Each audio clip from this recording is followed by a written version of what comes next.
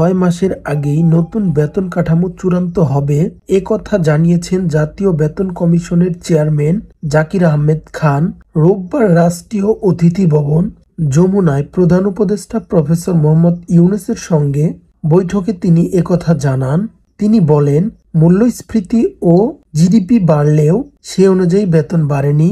তাই সমোপযোগী বেতন কাঠামো, বিশেষ চাকরির জন্য আলাদা কাঠামো, ভাতা ও পেনশন সুবিধার সংস্কারে কাজ করছে কমিশন। প্রধান উপদেষ্টা ইউনূস বৈঠকে যৌক্তিক বেতন কাঠামোর পাশাপাশি কর্মকর্তাদের জন্য স্বাস্থ্য বীমা চালুর উপর জোর দেন।